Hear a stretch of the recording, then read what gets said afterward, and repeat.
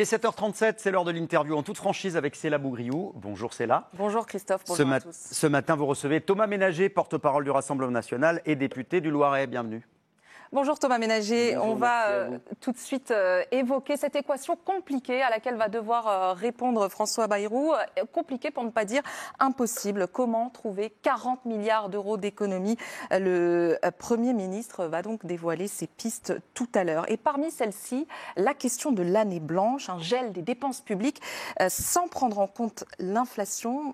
Qu'est-ce que vous en dites ce matin? Ce serait une augmentation déguisée des impôts ou au contraire une mesure peut-être de justice fiscale qui concerne tout le monde? Déjà, c'est un peu le néant de la volonté politique. C'est-à-dire que depuis 6 mois, François Bayrou nous dit « je vais demander à tous les ministères des économies, on va travailler. La dernière fois, j'ai pas eu beaucoup de temps, mais je vais présenter un plan ». Le plan, c'est l'absence de plan, c'est l'absence d'action.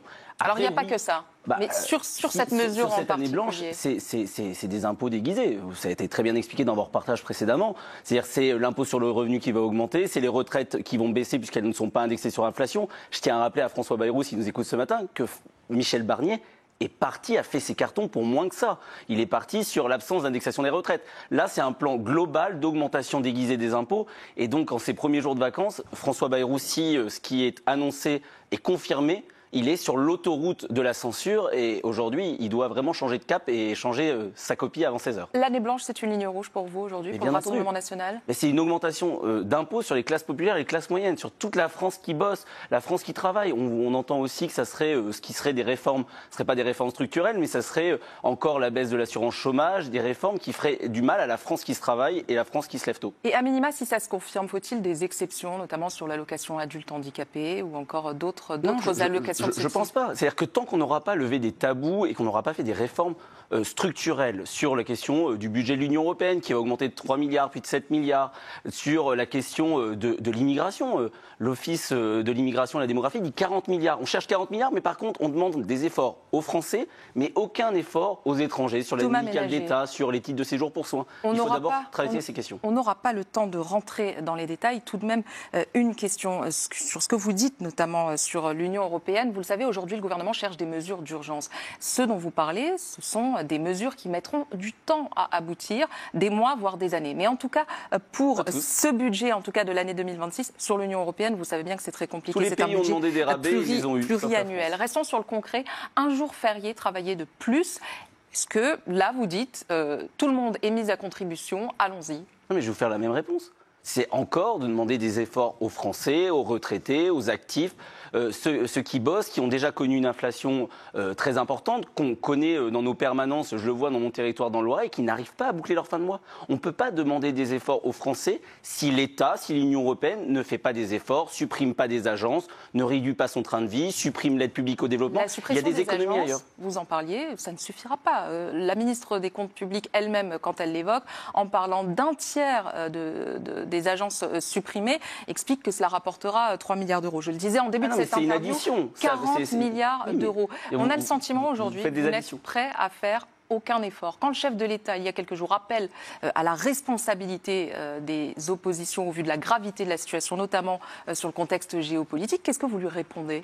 Mais je lui réponds que, bien entendu, il y a une nécessité, au vu de la situation, d'augmenter le budget de la défense. C'était dans le programme de Marine Le Pen, donc on soutiendra, bien entendu, toutes ces hausses. Nous avons voté, à la différence du nouveau Front populaire, de la NUPES précédemment, la loi de programmation militaire, parce qu'il y a une nécessité aujourd'hui, au vu du contexte, et même ces dernières années, puisqu'on a désarmé progressivement notre défense, et donc on met en insécurité notre pays, de se réarmer. Mais il y a des économies structurelles sur l'État qui vont mettre du temps pour certaines, mais pour certaines qui peuvent rapporter dès cette année. Mais pas 40 milliards.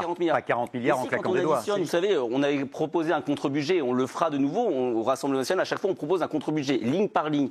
Mais de l'aide publique au développement, 2 milliards, les agences, 3 à 5 milliards en fonction de ce qu'on arrive à faire. Bien entendu, ça prend du temps. Sur l'immigration, sur l'Union européenne, on demande un rabais de 5 milliards.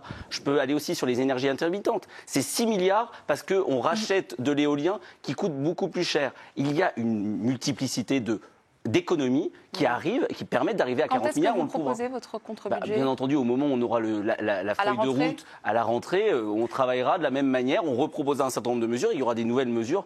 Comme à chaque fois, on travaille sérieusement. Il y a un monde dans lequel vous ne censurez pas ce budget. Est-ce qu'aujourd'hui, au vu des pistes que vous entendez, vous dites on veut toujours négocier avec le Premier ministre ? Mais nous on est là pour l'intérêt général. Donc si François Bayrou nous écoute, entend un certain nombre des économies structurelles et ne tape pas sur les Français qui souffrent déjà, bien entendu, on ne le censurera pas. Je vous le dis, aujourd'hui, il semble accélérer sur ce chemin de la censure et c'est triste à voir. Et comment peut-il vous faire confiance quand on voit l'attitude du Rassemblement national avec Michel Barnier l'an dernier, puisque vous le savez, il a été acculé et à la fin, quand il a cédé sur certaines mesures, le Rassemblement national n'avait de cesse d'en demander d'autres. Non, on n'avait pas évolué. Il en restait une qui était une mesure majeure, c'est celle sur les retraités. La désindexation des retraités, et notamment de tous les retraités, et donc des petites retraites, des Français qui ont bossé toute leur vie, qui aujourd'hui, en fait, on cible aussi, en ce moment, les retraités. C'est le bouc émissaire, alors qu'ils ont travaillé toute leur vie, qu'ils ont construit la France, qu'ils ont fait des fois pas 35 heures, mais des fois 39 voire 40. Et qui aujourd'hui ont parfois un niveau de vie plus élevé que les actifs. Une partie, mais